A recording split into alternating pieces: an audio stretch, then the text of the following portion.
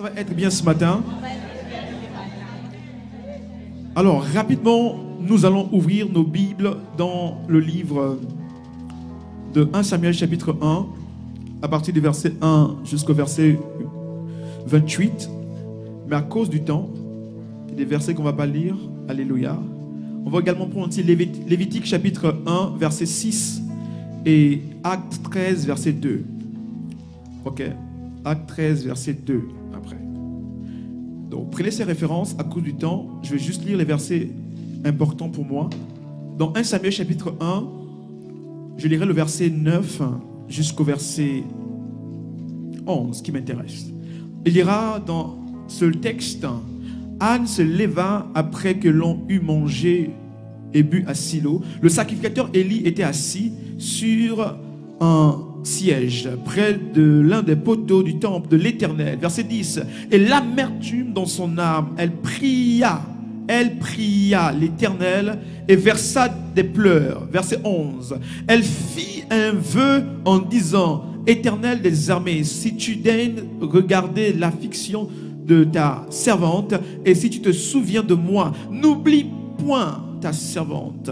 Si tu donnes à ta servante un enfant mâle, dites un enfant mâle, dites un enfant mâle, je le consacrerai à l'Éternel pour tous les jours de sa vie. Je le consacrerai à l'Éternel pour tous les jours de sa vie. Et le rasoir ne passera point sur sa tête. Je suis au verset 26, je saute verset 26. Anne dit: mon Seigneur, pardon, aussi vrai que ton âme vit, mon Seigneur, je suis cette femme qui me tenait ici près de toi pour prier, Éternel. Verset 27. C'était pour cet enfant que je priais, et l'Éternel a exaucé la prière que je lui ai adressée. Ma prière ce matin, c'est que Dieu exauce ta prière. Tu as manqué de dire amen ce matin. Je dis que Dieu exauce ta prière. C'est le prophète, il aime le bruit, ok? Donc on va aller avec le bruit ce matin. Amen. De toute manière, tu ne vas pas rester assis pendant les 30 minutes qui me restent. Amen. Tu vas t'élever après écouter ce message. Verset 28, il dit, regardez le verset 28. Il dit: aussi je veux le prêter à l'Éternel. Dans d'autres versions, il dit: je veux le donner, je veux l'offrir, je veux l'offrir complètement à l'Éternel. Il sera toute sa vie prêté, donné à l'Éternel. Ils se prosternèrent là devant l'Éternel. Nous lisons ensemble Lévitique chapitre 21 verset 6 rapidement. Ils doivent se consacrer à mon service. Dites mon service. Ils doivent se consacrer à mon service et éviter de me déshonorer. Ils sont chargés de me présenter des sacrifices, ma nourriture à moi, le Seigneur leur Dieu. Et ils doivent par conséquent demeurer en état de consécration. Je termine Acte chapitre 13 verset 2, je termine par là. Pendant qu'ils servaient le Seigneur dans leur ministère, en parlant de Paul et de Barnabas, pendant qu'ils servaient le Seigneur dans leur ministère et qu'ils jeûnaient, le Saint-Esprit dit: mettez-moi, on peut aller ensemble, 1, 2, go, mettez-moi à part, encore, mettez-moi à part, une dernière fois, mettez-moi à part Barnabas et Saul pour l'œuvre à laquelle je les ai appelés. Que Dieu bénisse sa parole. Acclamons notre Dieu. La pensée de l'année à ciel, lorsque Dieu nous a donné l'année 2023, la direction que Dieu va nous donner, nous qui sommes à ciel, nous qui appartenons à cette église, que Dieu va communiquer à nos parents spirituels. La pensée de l'année, c'est l'année de la consécration dans le service et de l'humilité. Dites consécration. La vision de 2023 pour cette église et pour chacun d'entre nous, c'est celle qui consiste à devenir des hommes et des femmes consacrés à Dieu dans son service, mais également qui vivent avec une caractéristique, c'est celle de l'humilité. Et lorsque la vision m'a été donnée, je disais, Seigneur, quel est le message approprié? Et voici que beaucoup de messages défilaient dans mon esprit. Et le Seigneur de me dire, parle sur une vie consacrée pour l'Éternel. Une vie consacrée pour l'Éternel. Ce matin, le thème de mon message, c'est une vie consacrée pour ou encore à l'Éternel. Lorsque je parle d'une vie consacrée à l'Éternel ou pour l'Éternel, je suis en train de parler de toi, de ce que ta vie doit être consacrée à Dieu, de ce que ta vie doit être donnée à Dieu.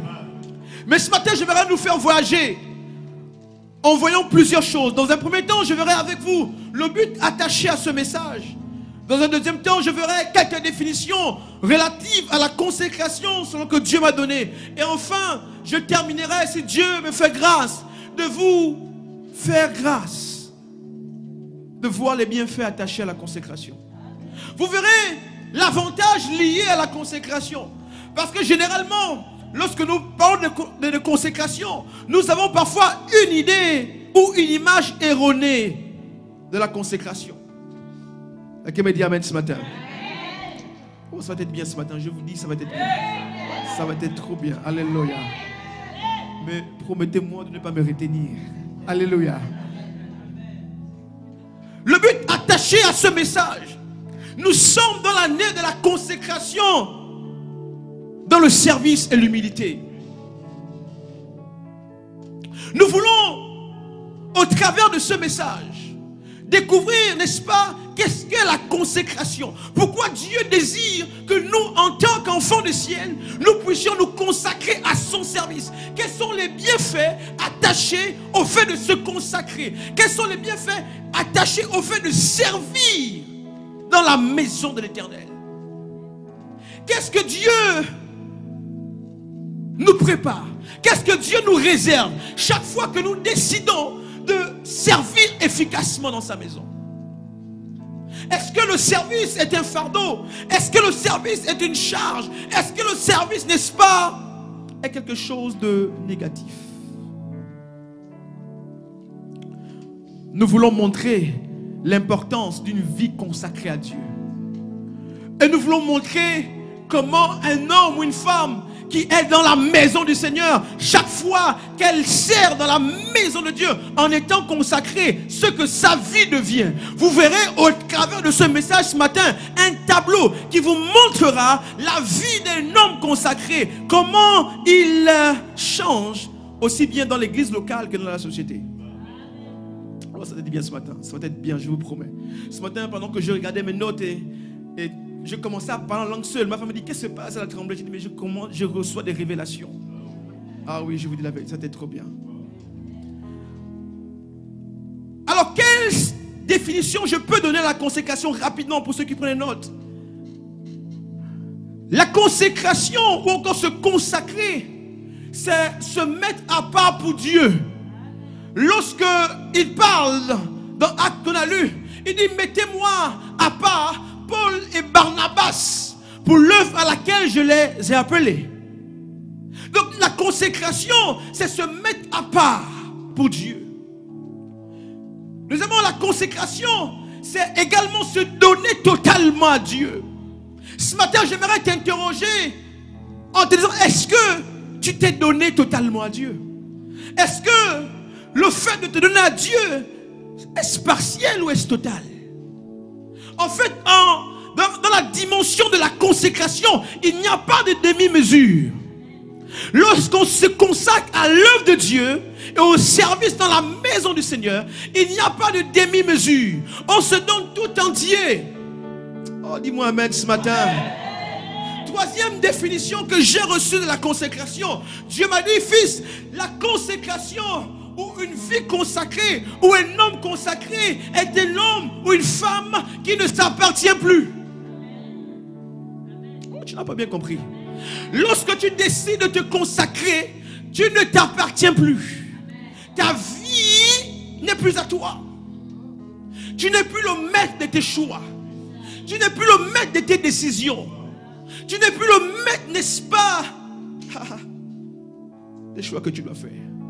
Il y a quelqu'un qui décide, n'est-ce pas, de prendre ta vie et de la conduire. Il y a quelqu'un qui décide de prendre ta vie et la rouler. Il a dit, je marcherai avec toi et je te montrerai le chemin que tu dois suivre. Lorsqu'un homme est consacré, en réalité, Dieu décide, n'est-ce pas, de conduire, de diriger sa vie, de diriger ses pas. Autrefois, il allait à gauche, mais soudain, il ne marche plus selon ses instincts, mais il marche selon la voie de l'Éternel. C'est pourquoi il dira plus loin que ceux qui sont conduits par l'Esprit de Dieu sont appelés fils de Dieu. Tu ne m'as pas entendu ce matin, ciel. Je dis, ceux qui sont conduits par l'Esprit de Dieu sont appelés fils de Dieu. Regardez ce qu'il m'a dit. La consécration également, c'est refuser de déshonorer Dieu. Oui. Cette année, nous devons refuser de déshonorer Dieu. Oui. Me diras-tu, mais prophète, comment je fais pour déshonorer Dieu? Lorsque tu ne respectes pas ton engagement vis-à-vis de Dieu. Nous avons beaucoup déshonoré Dieu. Je vais illustrer un exemple simple et vous allez mieux comprendre. Le culte commence à 10h30 ici, de souvenir. Lorsque tu viens à 11h pile, tu déshonores Dieu. Oui. Oui. Oui. Dieu veut nous amener à comprendre l'importance d'être consacré à Dieu. Et de refuser de déshonorer Dieu. Dieu m'a dit également, note ceci. Je suis dans la partie définition. Aide-moi, Seigneur. Il m'a dit, homme de Dieu d'estime, il m'a dit, la consécration est un choix. Oh, note ça. La consécration est un choix. Je fais le choix de me consacrer à l'Éternel. En fait, on est 15, on est 1000, on est 10 000. D'autres font d'autres choix. Mais moi, je décide de me mettre à part pour l'Éternel. Je décide cette année 2023 de me mettre à part pour Dieu. En fait, lorsque tu te consacres à Dieu, tu fais les choses différemment que tout le monde. Oh, tu n'as pas entendu? Lorsque tu décides de te consacrer à Dieu, tu ne vas plus partout où tout le monde va. Oh, je sens que je parle de ta vie ce matin. Je vais parler comme un prophète. Lorsque tu décides de te consacrer à Dieu, ta vie devient bizarre. Vois-tu, je disais dimanche à l'église dernier que si tu arrives, n'est-ce pas, dans une réunion mondaine ou une soirée mondaine, si on ne te chasse pas, c'est qu'il y a un problème. Si tu arrives dans une fête mondaine et que la musique ne te dérange pas, c'est qu'il y a un problème. À un moment donné, un homme consacré, lorsqu'il arrive dans une cérémonie mondaine et la musique bizarre commence à chanter, lorsqu'il arrive, la musique s'arrête. Je ne parle pas la bonne église ce matin. Je ne parle pas la bonne église ce matin. Je ne parle pas la bonne église ce matin. La consécration est également une décision. Je décide de me consacrer à Dieu. Oui. Parce qu'à l'église, il y a des gens qui viennent pour jouer. Mais il y a d'autres qui disent non, cette année, je veux me consacrer à Dieu. Oui. Je veux me consacrer à Dieu. Je veux. Dieu m'a également dit, troisièmement, dans cette sous-partie, que la consécration n'est pas une option. Oh, ce n'est pas une option. Ce n'est pas McDo, je viens, je fouille. Je dis non, le menu burger, non. Je prends le menu small. Non. La consécration, c'est une vie. La consécration, notez ceci. Dieu m'a dit, c'est un style de vie. Oh my God. La consécration est un style de vie. Écoute, ce n'est pas un costume que tu portes et au sortir de l'église ciel, tu prends un autre costume, n'est-ce pas? Non, la consécration est un style de vie. Chez moi, je suis consacré. À Ciel, je suis consacré. Au bureau, je suis consacré. Seul dans ma chambre, je suis consacré. Partout où je pars, je suis consacré à l'Éternel. Amène-moi à l'est, à l'ouest, je suis consacré à l'Éternel. Car je suis le même. Partout où on peut m'amener, je ne change pas. Est-ce que vous savez qu'il y a des gens qui sont très saints ici ce matin, mais lorsqu'ils sortent, lorsque la musique de Fally Ipupa commence à jouer, alléluia, alléluia, je parle à ton cœur ce matin. Où te situes-tu? Est-ce que tu es consacré à l'Éternel?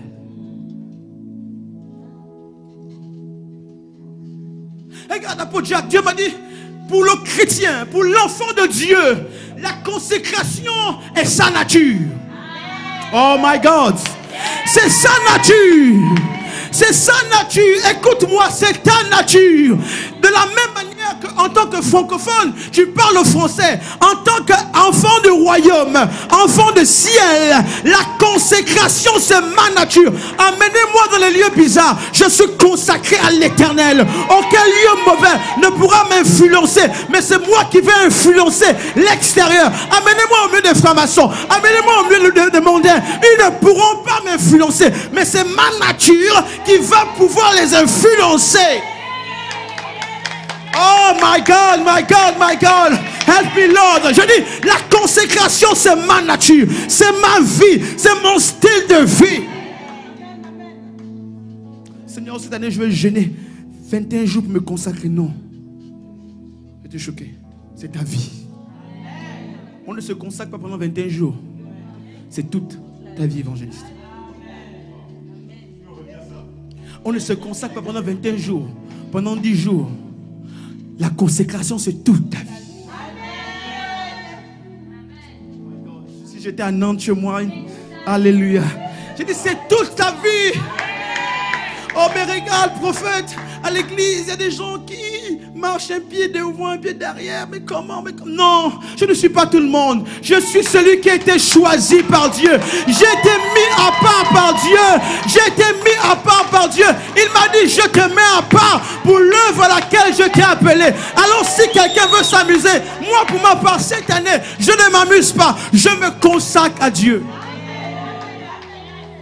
Bon, je vais arrêter par là. Je pense qu'on va... Non, je vais arrêter. Vous ne comprenez pas ce que je veux dire. Vous ne comprenez pas. Maintenant, je vais vous aider. Je donne l'introduction. Il reste 22 minutes. Oh Seigneur Jésus. Regardez. Il y a 6 points que je vois. 6 bienfaits attachés à la consécration. Vous allez aimer. I tell you. Vous allez vraiment aimer. Souvent, quand on dit je me consacre à Dieu, on voit souvent une image de sainteté. Oh, si tu n'es pas là, sainteté, tu vas mourir. Tout ça, c'est une image parfois erronée. La peur. En fait, la consécration, Dieu ne doit pas susciter la peur en nous. Homme de Dieu, on ne doit pas se consacrer à Dieu parce qu'on a peur de Dieu, ou du monde, ou des regards des autres. On doit se consacrer à Dieu parce qu'on aime Dieu.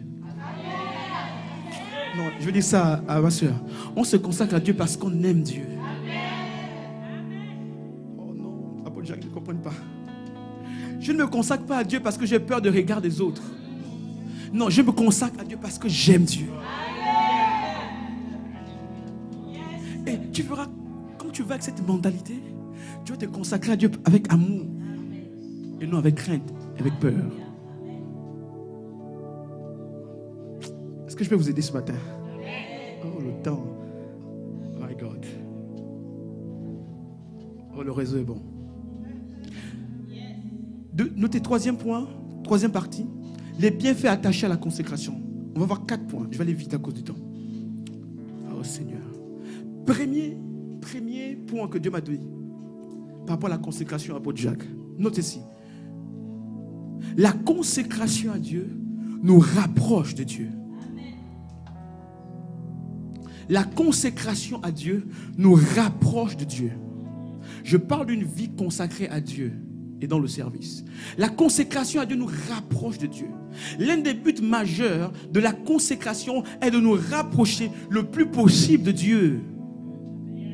Écoute, celui qui se rapproche de Dieu s'éloigne de plus en plus du monde et de ses plaisirs. Celui qui se rapproche le plus de Dieu, celui qui aime la présence de Dieu, celui qui aime être là où Dieu est, il s'éloigne de plus en plus du monde. Plus ton amour pour Dieu va grandir, ton amour pour le monde va diminuer.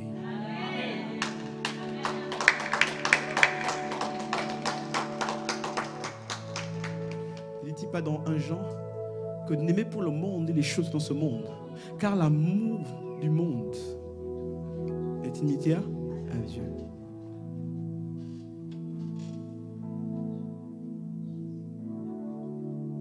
Oh, écoute ça. Vous savez, plus vous rapprochez de Dieu, apôtre, c'est pour toi. Plus vous rapprochez de Dieu, plus la nature divine de Dieu devient votre partage. Ils n'ont pas compris. Plus vous rapprochez de Dieu, plus la nature de Dieu, la nature divine de Dieu devient votre partage. Il y a quelque chose de spécial et de puissant qui se passe lorsque tu te rapproches de Dieu. Il a dit quoi? Il a dit dans le livre de 1 Pierre, je pense, il dit, nous devenons participants de la nature divine. À quel moment? Lorsque nous sommes consacrés à Dieu. Et lorsque nous sommes proches de Dieu, en fait, la nature de Dieu vit en nous. Nous sommes affectés par sa nature. Nous sommes affectés par ce qu'il est. Et automatiquement, sa présence, elle nous inonde. Et c'est pourquoi souvent on va te dire, mais toi, tu transportes Dieu. Et on va remarquer que souvent, il y a des personnes, lorsque vous rentrez dans leur présence, vous sentez comme si Dieu était là. Oh, aide-moi ce matin. C'est vrai? Vous sentez, c'est paisible. Alléluia. Elle transporte Dieu. Oh my God. Alléluia. Est-ce que maintenant je peux pousser maintenant? Je peux? Écoute. J'ai dit chaque fois que tu te rapproches de Dieu, il y a quelque chose qui quitte en Dieu et qui vient vers toi. Regarde. Il y a quelque chose qui sort de Dieu et qui vient en vous. Tu n'as pas compris, je t'illustre là. Regarde, la Bible déclare, la femme atteinte d'une perte de sang depuis 12 ans. La Bible dit, lorsqu'elle a décidé de se rapprocher de Dieu. Oh my God! Ça arrive, oh my God! Oh my God! Oh my God! Lorsqu'elle a décidé de se rapprocher de Dieu, la Bible dit quoi? La Bible dit, Jésus dit, qui m'a touché? Une force est sortie de moi. Je t'explique. Plus elle s'est rapprochée de Jésus, quelque chose est sorti en Jésus et venu chez la consécration à Dieu. Chaque fois que tu es proche de Jésus, il y a quelque chose qui sort de lui, et qui vient en toi. Quelque chose était sorti de Jésus et venu dans la vie de la femme. Il a dit, qui m'a touché? Quelque chose est sorti de moi. Jésus qui dit, il dit, quelque chose est sorti de moi. Oh, y a-t-il des hommes consacrés à ciel ce matin?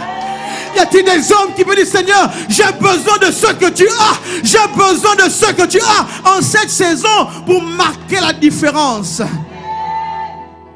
Tu ne peux pas être proche de Jésus et ne rien recevoir de lui. Oui. Chaque fois que tu es proche du Seigneur, il y a quelque chose que Dieu te communique. Mais c'est quoi cette chose en réalité? C'est la divine nature. C'est la nature de Christ. C'est le témoignage de Christ. C'est le langage de Christ. C'est la puissance de Christ. C'est ce que Christ est. C'est pourquoi les gens, quand ils te verront, ils disent, mais oh, homme de Dieu d'estime, toi tu ressembles maintenant à Jésus. Hein? My God, quelque chose est sorti de Jésus, est venu en moi. Je voudrais prophétiser ce matin. Oh my God, my God, my God, my God. Père, que quelque chose sorte ce matin de toi et rentre dans la vie d'un homme et une femme et qu'on reconnaisse qui t'appartient. Oh, Antioche, ils ont vu les disciples. Ils ont dit, mais Pierre marche comme Jésus. Hein? Oh, cet homme, il marche comme Jésus. Alors, on les appelle des chrétiens. Petit Christ. Ils avaient la nature de Christ en eux. Une question. Pose à ton voisin une question. Quelle nature tu portes?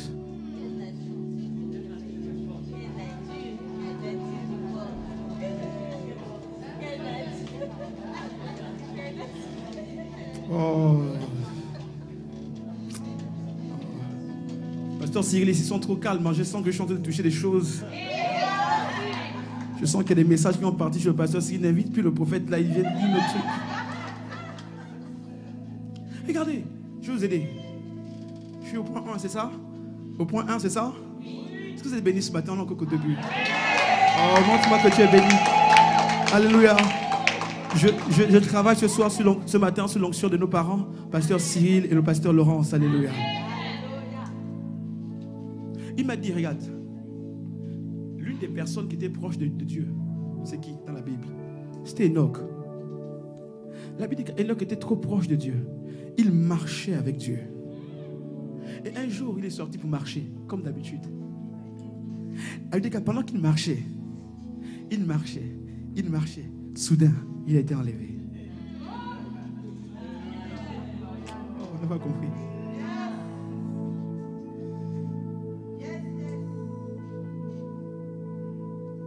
Homme de Dieu, il y a des gens qui sont avec Dieu. Il y a d'autres personnes avec qui Dieu est.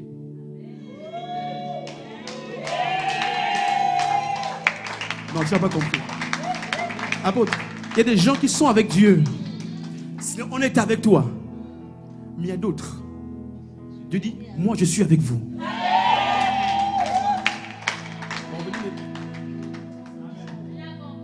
Les fils de Sheva, ils ont dit, en voulant chasser le démoniaque. En réalité, ils disent, Seigneur, nous sommes avec toi. En fait, mais Jésus dit, non, je ne suis pas avec toi. C'est comme même le démon a dit, on connaît Jésus, on connaît Pierre, on connaît Paul. Mais vous là, qui êtes-vous? Oh, je vais vous choquer ce matin. Je vais vous choquer ce matin. Ce n'est pas tous ceux qui prophétisent dont Dieu est avec eux. Ce n'est pas tous ceux qui prêchent. Non. On va rester sur le message. On va rester sur le message. Alléluia. Enoch était trop proche de Dieu et Dieu l'a enlevé. Je veux dire à l'église ciel, il y a des gens que Dieu aime. Oh, il y a des gens dont Dieu aime tellement leur présence.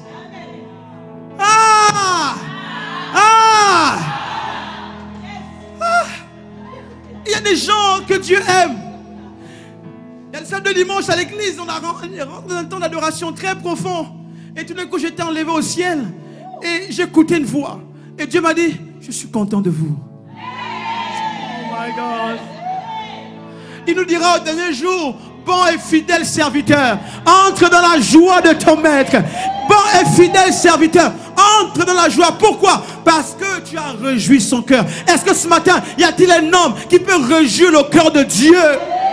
Y a-t-il un homme à ciel qui peut réjouir le cœur de Dieu dans le service, dans la consécration? Y a-t-il une chantre? Y a-t-il un homme du protocole? Y a-t-il un membre de la sécurité, des médias qui peut réjouir le cœur de Dieu? Je ne parle pas de réjouir le cœur d'un prophète, ni du pasteur, mais de Dieu d'abord. Je veux réjouir ton cœur. Je veux réjouir ton cœur.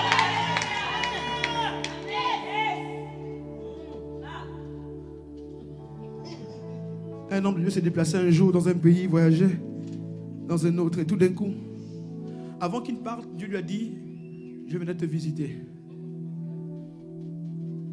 dans le pays où tu vas. Et pendant qu'il était dans l'avion, et tout d'un coup, il y a eu une zone de turbulence. C'est quoi? Et il était là, il est calme. Et tout d'un coup, Dieu est venu. Oh, il me reste 10 minutes, Seigneur Jésus. Oh my God. Dieu est venu et Dieu lui a dit,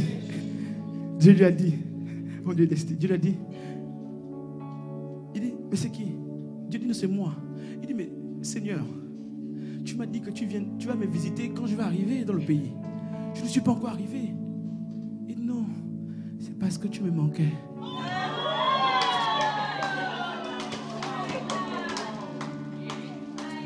Je prophétise ce matin qu'un jour Dieu te dit, tu me manques d'estime. Oh, tu me manques Caleb. Oh, tu me manques Naomi. Tu me manques Ruth. Tu me manques. Tu me manques, je veux te voir.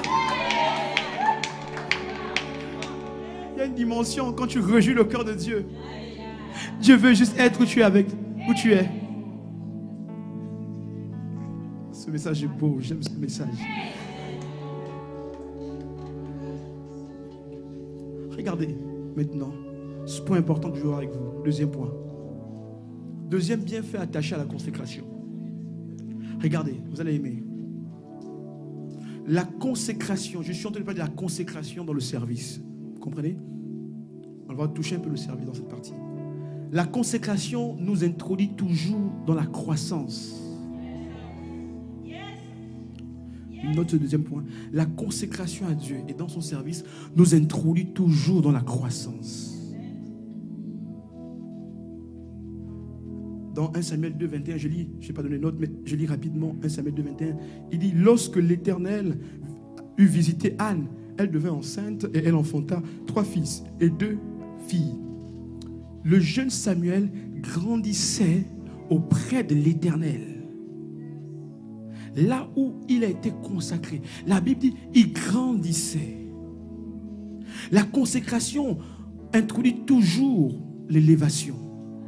Aussi longtemps qu'il est consacré à Dieu, aussi longtemps que Samuel était consacré à Dieu, il grandissait. Dans d'autres versions, il dit, Samuel croissait. Est-ce que tu veux croître cette année? Est-ce que tu veux croître? Sers Dieu. Consacre-toi à Dieu. En fait, en réalité, le secret de la croissance, c'est la consécration. Alors vous allez aimer cette partie. Dieu m'a dit, il ne peut faire croître que ceux qui sont consacrés dans le service. Il ne peut faire croître que ceux qui sont consacrés dans le service.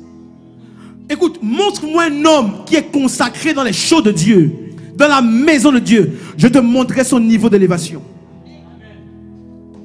Montre-moi une femme qui est consacrée à servir Dieu dans l'église, à se donner à Dieu, à se consacrer dans le service. Je te montrerai son niveau d'élévation.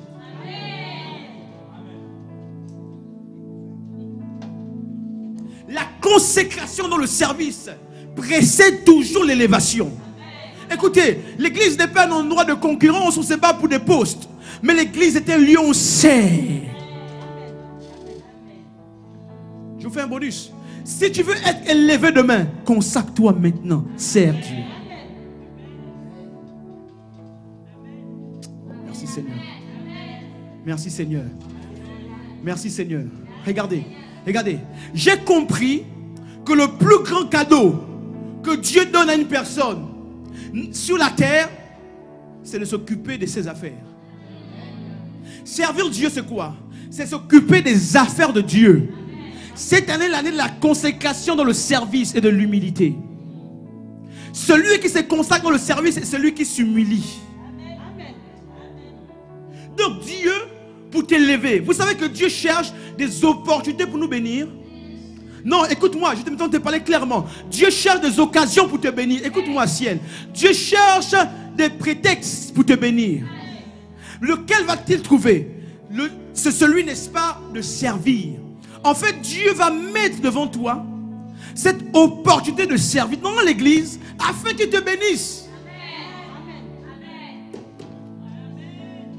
Regarde, j'ai compris que le plus grand cadeau que Dieu donne à l'homme sur cette terre, c'est de s'occuper de ses affaires. C'est de servir dans la maison de l'Éternel.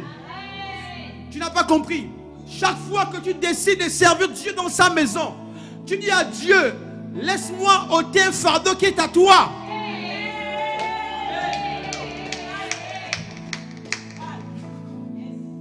Dieu est occupé pour faire fonctionner son œuvre. Mais toi, tu vois Dieu en train de travailler. Et chaque fois que tu vois Dieu en train de travailler, tu dis à Dieu, non, Dieu, laisse-moi prendre cette charge-là. Toi, repose-toi. Oh, Pasteur Cyril est en train de faire la caméra, n'est-ce pas, pour filmer. Et toi, tu dis non, Pasteur Cyril, ce n'est pas là-bas où tu es. Laisse-moi te décharger de cela. Pasteur Cyril est en train de faire le ménage. Tu dis non, Pasteur Cyril, ce n'est pas là où tu dois être. Laisse-moi faire ce que tu es en train de faire. Je te décharge de cela. S'occuper de Dieu est le plus grand investissement. Servir Dieu dans sa maison est la plus grande chose que tu peux faire.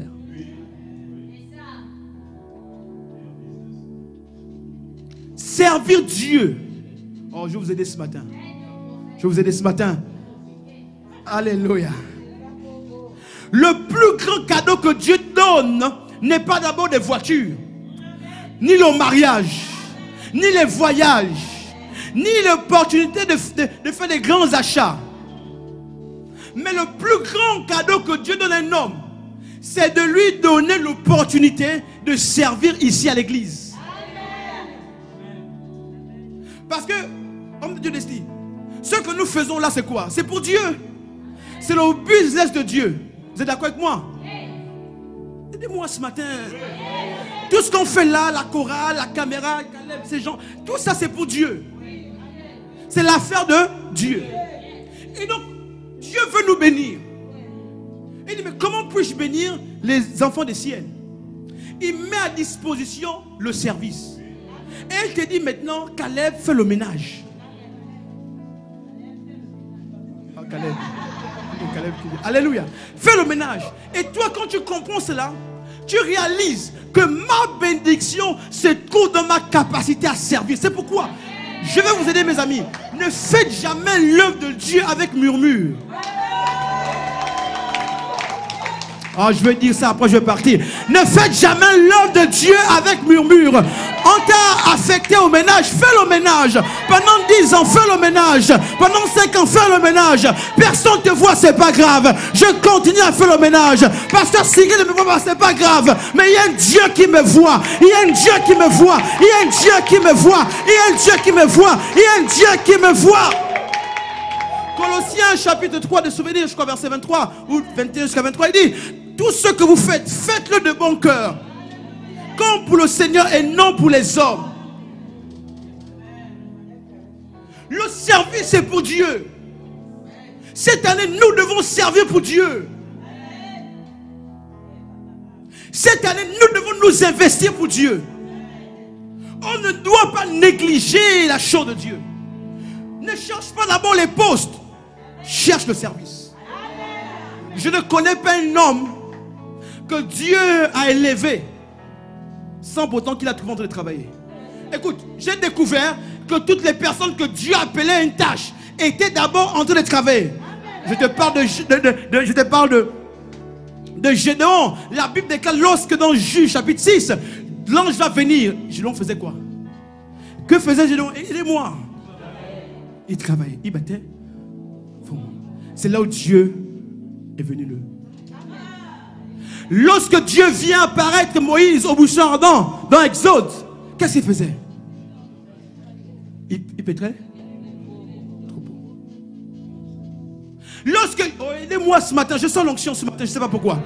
Lorsque Dieu ou Jésus vient apprendre Pierre pour faire de lui, n'est-ce pas, un disciple de puissance, qu'est-ce qu'il faisait? Qu'est-ce qu'il faisait? Bien-aimé, sers d'abord Dieu. Fais quelque chose d'abord dans sa maison. L'élévation viendra après. Oh, donne-moi un bon amen ce matin. Donne-moi ton plus grand amen. Dis avec moi yes. Dis yes. C'est l'année du service. C'est pour l'année où on s'assoit. Voilà, je suis le temps passé, je suis passé en mode 2. Alléluia. Alléluia. Est-ce que quelqu'un m'entend ce matin? Écoute, en réalité, Dieu ne bénit que ceux qui prennent son fardeau. Homme de Dieu, Dieu m'a dit, Dieu ne bénit pas les membres d'une église. Dieu ne bénit pas les fidèles d'une église. Dieu ne bénit pas parce que tu as la carte de membre ciel. Dieu bénit tous ceux qui travaillent et qui servent dans l'église. C'est pas parce que tu appartiens au ciel que tu vas être béni. Tu peux appartenir au ciel et venir t'asseoir ici. Tu ne sais rien. Dieu bénit ceux qui sont en activité. Ceux qui cherchent quelque chose à faire. Y a-t-il, n'est-ce pas, des caméras à placer? Je vais placer la caméra. Y a-t-il des chaises à placer? Je vais placer la chaise. Bien-aimé, ne sois pas oisif. Cherche à faire quelque chose cette année. N'attends pas que le pasteur Cyril ou maman Laurence te dise fais ceci. Non. Bien-aimé, cherche quelque chose à faire. Même dehors là-bas, si tout est occupé ici. Oh my God. Transforme-toi en jardinier. Avant le culte, viens, coupe les fleurs. Fais quelque chose. Écoute, chaque fois que tu fais quelque chose pour Dieu, tu attires les regards de Dieu toujours. Je te dis ce qui est vrai. I tell you.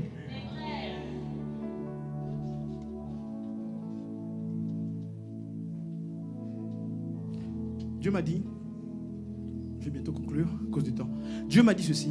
Il m'a dit, ok, alléluia. Je suis encore au début, je vous dis la vérité.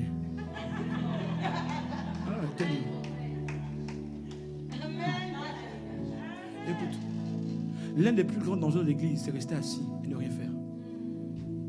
Le diable réussit toujours à gagner des personnes qui sont assises et qui ne font rien. Je vous dis ce qui est vrai. Dans l'église, si tu ne fais rien, le diable te gagne. Je vous montre un exemple. Dieu m'a dit, les personnes que le diable gagne ou que le diable égare sont ceux qui ne font rien et qui sont occupés à rien faire. Elles ne sont dans aucune réunion. Elles ne sont dans aucun département. Sa présence égale à son absence. Mais juste au métro, ah, la louange n'était pas bonne aujourd'hui. C'est ça en fait son travail. Mais tu ne pourras pas prospérer. Il m'a donné l'exemple, regarde. Le roi David, un jour dans 2 Samuel, à cause du temps, 2 Samuel 11, je lis pour vous rapidement. 11, à partir du verset 1 jusqu'au verset 4, vous lirez chez vous. Il dit l'année suivante, à l'époque où les rois partent en campagne, je veux bien que tu soulignes ici, où les rois partent en campagne, David envoya Joab avec ses serviteurs et tout Israël semer la dévastation chez les Ammonites et faire le siège de Rabat. Quant à lui, qu'est-ce qu'il fait? Il resta à Jérusalem. Verset 2. Hey! Écoutez verset 2. Hey! David! Un soir, David se leva de son lit. Comme il se promenait les 1000 pas, les 100 pas, sur le toit du palais royal, il aperçut qui? Une femme qui se baignait et qui était très belle. Verset 3, David demanda, qui est cette femme? David, toi aussi. On lui dit, n'est-ce pas la femme de Bathsheba? N'est-ce pas Bathsheba, fille de Eliam et femme de Uri? David envoya alors les messagers la chercher. Elle vint vers lui et il coucha avec elle. Alors qu'elle venait de se purifier après ses règles. Puis elle retourna chez elle. David était un homme de guerre. Alors que tout le monde est parti en guerre, ce jour-là, David dit, je reste à la maison. Et comme il restait à la maison, il ne savait quoi faire. La Bible déclare, il a commencé à prendre la chose qui n'était pas la sienne. Qu'est-ce que tu fais à l'église? Qu'est-ce que tu fais à l'église? L'oisiveté t'introduit, n'est-ce pas, à la convoitise, à l'envie. Et David, puisqu'il ne faisait rien dans la maison, il a commencé à convoiter. Il a commencé à regarder ce qu'il aimait le plus. Son péché mignon, les femmes. Écoute, là où tu n'es pas, du moins si tu n'es pas là où Dieu t'attend, tu vas tomber. I tell you. Si tu n'es pas là où Dieu t'attend, tu vas tomber. Et dans nos églises, il y a beaucoup qui ne sont pas là où Dieu les veut.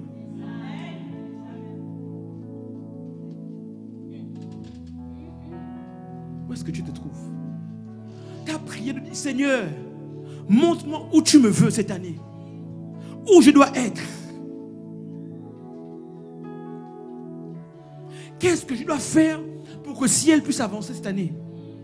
Vous savez, rentrer, je crois que c'est prophétique ce message. Rentrer dans la dimension où vous devez alléger le plus possible les pasteurs. Pasteur Cyril, pasteur Laurence, non. Être le plus allégé possible. Je vais vous montrer un secret.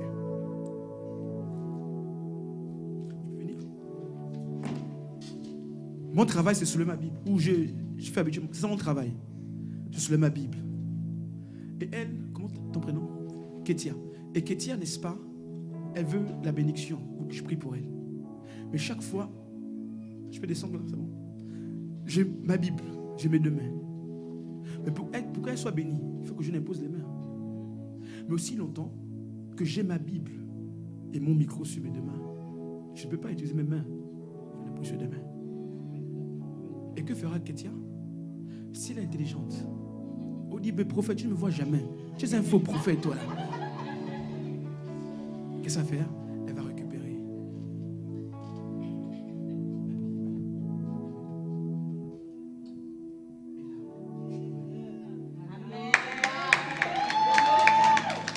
En fait, en réalité, je suis en train de vous dire quelque chose de très fort.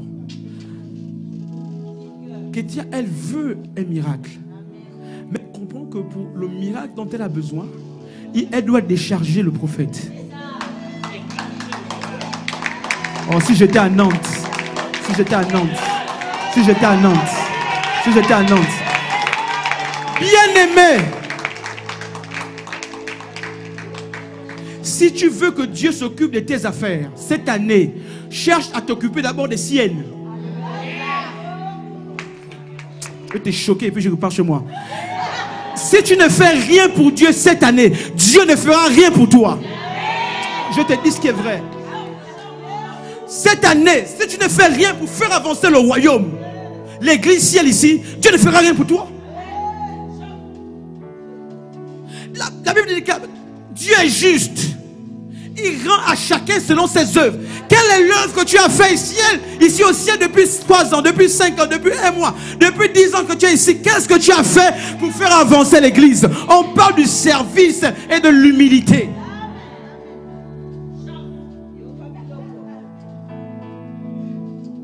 Pasteur Laurence ne m'appelle jamais. Pasteur ne m'appelle jamais. Frère, qu'est-ce que tu as eu à faire pour alléger un peu Pasteur Laurence ou Pasteur Cyril? C'est un secret. Moi, je dois pas vous parler de ça. C'est des secrets de le ministère. Des codes que je vous donne. Si tu veux que ton pasteur te bénisse, fais-lui du bien. Un jour, la Bible dit que David avait soif. Il voulait boire de l'eau. Il dit, qui m'apportera cette eau à boire? Mais l'eau là, la source d'eau où il devait puiser, s'est trouvée dans le camp, n'est-ce pas, des ennemis. Un s'est levé. Il dit, moi j'irai dans le camp de l'ennemi récupérer l'eau pour David. La Bible dit, il est parti. Devant l'adversité, il est parti récupérer l'eau pour que David puisse boire de l'eau. Pour étancher la soif de son maître. Est-ce que tu es prêt à étancher la soif du pasteur? Oh, je vous dis la vérité ce matin. Je vous dis la vérité ce matin. Ce que je vous dis, c'est profond. Chaque fois que vous n'êtes pas à votre place dans la maison du Seigneur, vous vous exposez à la chute et l'ennemi viendra vous voler et voler ce qui est en vous. Le diable aura une facilité à détourner ceux qui ne sont pas plantés. Quand vous lisez Psaume 1, lisez chez vous, Psaume 1, chapitre 1, verset 3, la Bible déclare, heureux celui qui ne marche pas sur les conseils des méchants, qui ne s'assied pas au milieu des moqueurs. Il est comme un arbre planté. Planté, ça veut dire enraciné. C'est-à-dire qu'il faut que tu sois planté dans le service. Dans la consécration. Un homme consacré, il est planté. On ne peut pas le déstabiliser. Donnez-moi 6 minutes, je termine. Troisième point. J'ai dit, on va voir 4, mais on va essayer de voir. Ok, troisième point, je vais vite. Donnez-moi 6 minutes, je termine. La consécration. Troisième point, note ceci, s'il te plaît. Ça va t'aider, ça va te faire du bien. La consécration élargit notre influence et notre domination. La consécration élargit notre influence et notre domination. La Bible déclare qu'un jour, on a proposé à Daniel et ses compagnons de manger la nourriture du roi. Ils ont refusé. Il dit, on refuse de se souiller, mais on se consacre. La finalité, c'était quoi? C'est qu'ils ont reçu, n'est-ce pas, l'élévation. Ils ont été nommés comme étant, n'est-ce pas, des chefs des provinces de Babylone. Bien-aimé, manger la nourriture du roi aujourd'hui, c'est tuer ton avenir. Manger la nourriture de la corruption aujourd'hui, c'est tuer ton avenir. J'aime ce message. Je vais vous aider. Ésaïe 52, verset 13, parce que vous ne comprenez pas. On va voir un serviteur qui bénéficie de la consécration et l'impact que cela apporte dans sa vie. Ésaïe 52, verset 13, je lis rapidement. Il dit, voici mon serviteur prospérera. Oh, c'est pour une personne ce matin. C'est une parole prophétique, hein, Dieu m'a dit. Voici mon serviteur prospérera. Il montera. Il sera élevé. Il s'élèvera bien haut. Oh. De même, il sera pour beaucoup de peuples un sujet de joie. Devant lui, des rois fermeront la bouche, car ils verront ce qui ne leur avait point été raconté. Ils apprendront ce qu'ils n'avaient point entendu. Je veux relire, quelqu'un n'a pas compris.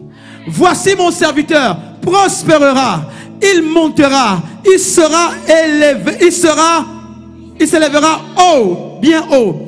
De même qu'il a été pour plusieurs de fois. Donc, non, tu peux me faire revenir s'il te plaît? Alléluia, verset 13. Alléluia. Voilà. Voici mon serviteur prospérera, il montera, il s'élèvera et il s'élèvera bien haut. Dieu m'a dit, les hommes consacrés à Dieu cette année à ciel, c'est prophétique, c'est ce que je dis. Les hommes qui vont se consacrer, qui vont servir efficacement, qui vont se donner cette année dans l'humilité. Voici la parole prophétique que Dieu vous donne. Il dit 1, vous serez prospères. Vous serez prospères. Vous serez prospères. Écoutez les paroles. Vous serez prospères. 2, il dit vous allez monter. Vous allez monter. Les bienfaits du service dans la maison de Dieu fait en sorte que vous montez. Vous puissiez monter. Je prophétise que cette année tu puisses monter. Troisièmement, il a dit vous serez élevés.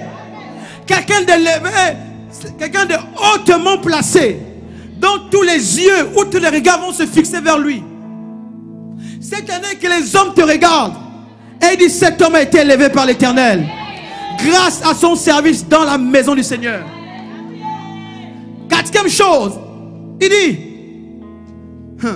vous serez un sujet de joie pour plusieurs. Je voudrais prophétiser, Seigneur, sur l'autel du pasteur Laurence et le pasteur Cyril. Je voudrais prophétiser que cette année, oh Dieu Tout-Puissant, que ciel soit un sujet de joie pour plusieurs au nom de Jésus. Que nous soyons un sujet de joie au nom de Jésus. Que lorsqu'on te voit, que les gens soient heureux de te voir. Oh, je dis les gens seront heureux de te voir. Cinquième promesse qui te donne le ciel. Et dit, il faut noter ça, c'est les paroles prophétiques pour le ciel, il faut noter ça, j'ai reçu ça. Les rois fermeront leur bouche devant toi. Je prophétise que les rois de la France, les présidents ici, fermeront leur bouche devant le ciel. Fermeront leur bouche devant le ciel. Au nom de Jésus de Nazareth. Sixième promesse qui dit, Dieu vous donnera la connaissance d'avance par rapport aux autres. Il dit les rois vont entendre des choses qu'ils n'ont jamais entendues. Ils vont voir ce qu'ils n'ont jamais vu. Parce que le serviteur de l'Éternel va s'élever.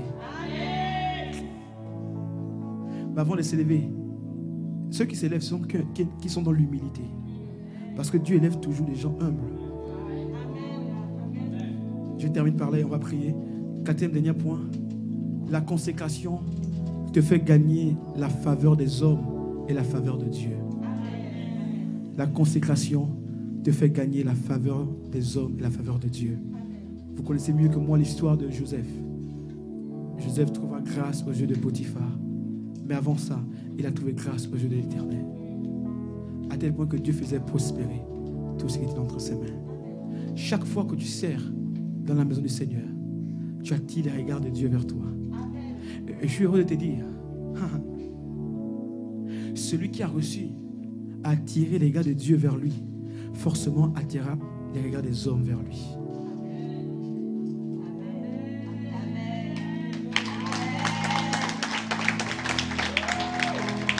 Mon plus grand combat, ce n'est pas le mot d'attirer les regards des hommes vers moi, mais les regards de Dieu. Et comment faire pour attirer les regards de Dieu? C'est dans le service. Parce que le plus grand dans l'église n'est pas celui qui prêche, mais celui qui sert. Servir ne se résume pas à prêcher.